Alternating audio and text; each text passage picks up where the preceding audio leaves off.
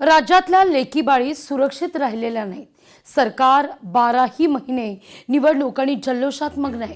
तातडीनं विशेष अधिवेशन बोलवावं, रोहित पवार यांनी ट्विट करत ही मागणी केली आहे।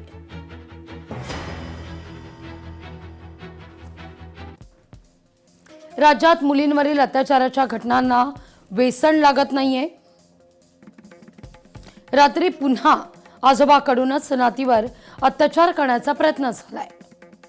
ही घटना अतिशय संतापजनक आहे। रोज घडणाऱ्या या घटना चीड आणणाऱ्या आहेत। राज्यातल्या लेकीबाई सुरक्षित राहिलेल्या नाहीत। सरकार 12ही महिने निवडणूक प्रचार आणि जल्लोषात मग्न आहे। एवढ्या मुलींवर अत्याचार झाल्यानंतर आम्ही शक्ती कायदा आणणार। माझी सरकारकडे मागणी आहे की या संदर्भात तातडीनं विशेष अधिवेशन बोलवा किंवा ते शक्य नसेल तर राज्यातील नराधमांच्या मुसक्या आवळण्याकरता त्वरित शक्ती कायद्याचा वटहुकूम काढावा, अशी मागणी रोहित पवार करतायत।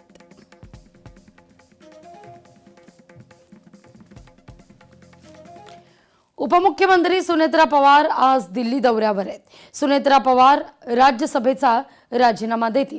पोटनिवडणुकीत विजय झाल्यानंतर पहिल्यांदाच सुनेत्रा पवार दिल्लीत असतील। एनडीएच्या वरिष्ठ नेत्यांच्या भेटीगाठी होण्याची शक्यता नाकारता येत नाही। या सगळ्याविषयी अधिक माहिती घेण्याकरता थेट जाऊया आपल्या प्रतिनिधी मीनाक्षी म्हात्रे यांच्याकडे। मीनाक्षी, उपमुख्यमंत्री सुनेत्रा पवार आज दिल्लीत असणार आहेत। राज्यसभेचा राजीनामा या ठिकाणी सुपूर्द केला जाईल पोटनिवडणुकीतल्या यशानंतर। निश्चितच लागवी, आज आपण पाहतोय की उपमुख्यमंत्री सुनेत्रा पवार यांचा दिल्ली दौरा आहे। मुंबईच्या देवगिरी निवासस्थानाहून 9:30च्या सुमारास त्या दिल्लीकडे रवाना होतील।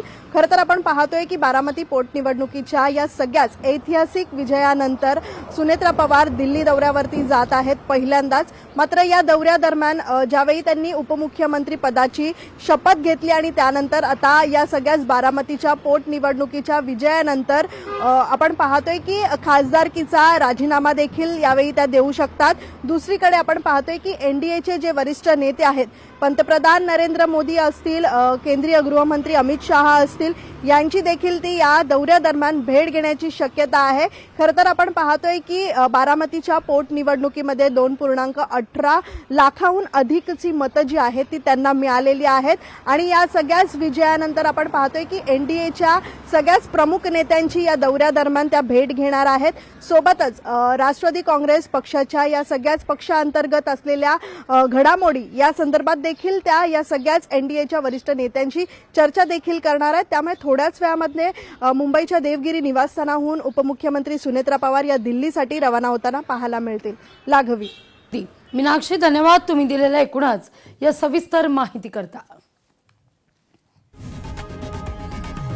लोकशाही मराठी ऐका, पहा, जागरूक रहा।